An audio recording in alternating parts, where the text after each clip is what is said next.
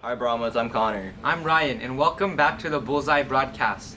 This past week, the United States has had its very first coronavirus outbreak in the state of Washington. The government has identified the man who was infected and is currently watching over him, as well as keeping an eye on people he may have interacted with. The new strain of the coronavirus is believed to have originated with snakes that were sold in the fish markets of Wuhan, China. There have been over 500 cases worldwide and 17 confirmed deaths as of Wednesday. Transportation has been shut down in Wuhan to reduce the chances of the virus spreading. Just yesterday, one woman was killed while 7 were injured at a downtown shooting that started after a fight at Seattle's Pike Place Market. According to witnesses, a dozen or more gunshots were heard around 5 p.m. As of now, it is still unclear how many shooters were involved in the fight that happened around the downtown area, and no arrests were currently made. Some battles have been going on in sports as well. This last Tuesday, the Big 12 of the NCAA suspended 4 players for a total of 25 games for a brawl that occurred after the game. The main instigator of the fight was Silvio De Sousa of the Kansas Jayhawks, who provoked DeJuan Gordon of the Kansas State Wildcats, attempting to swing a stool at one of the players. The 4 players were suspended for showing unsportsmanlike behavior. After his death in December, Juice WRLD's cause of death was finally revealed on Wednesday. The 21-year-old rapper, also known as Jared A. Higgins, was confirmed dead from an accidental overdose of oxycodone and codeine, according to the Cook County Medical Examiner's Office. According to the incident report, officers were aided by members of the Gang Investigation Federal Task Force in the investigation for weapons and cannabis. Popular football star Eli Manning has also announced his retirement from the New York Giants. Manning has been with the Giants for his entire 16-year-long career and has won MVP for 2 Super Bowls with the team.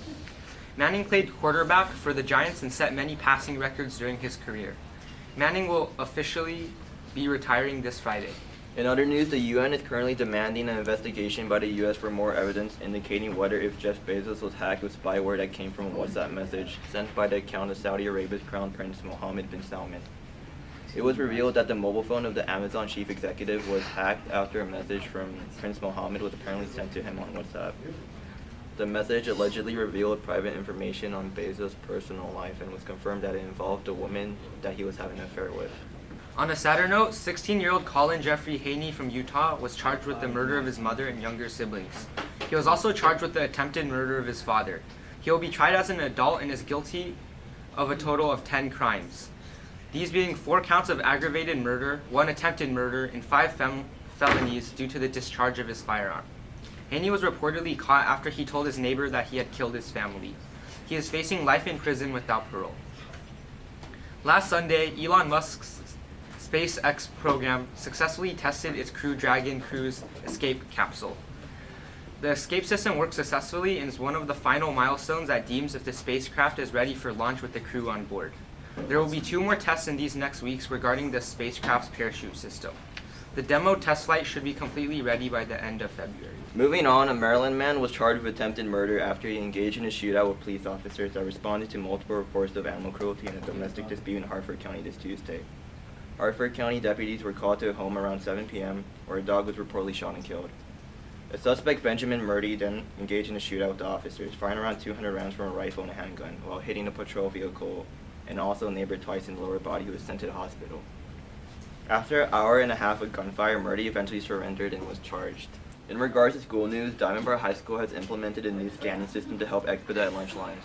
This Tuesday, the Walnut Valley Unified Food Services Department has implemented a lunch scanner, Windows 2, for any students with their ID cards. Eventually, lunch scanners will be installed at all of the lunch windows so student ID cards will be required. Students who have lost their cards can get a replacement at the USB office. Starting next week, USB will be hosting a fundraiser to collect donations for the Australian Red Cross to help fight the wildfire crisis. The fundraiser will end at the end of the month. That's it for this week. Thank you for tuning in, Brahmas.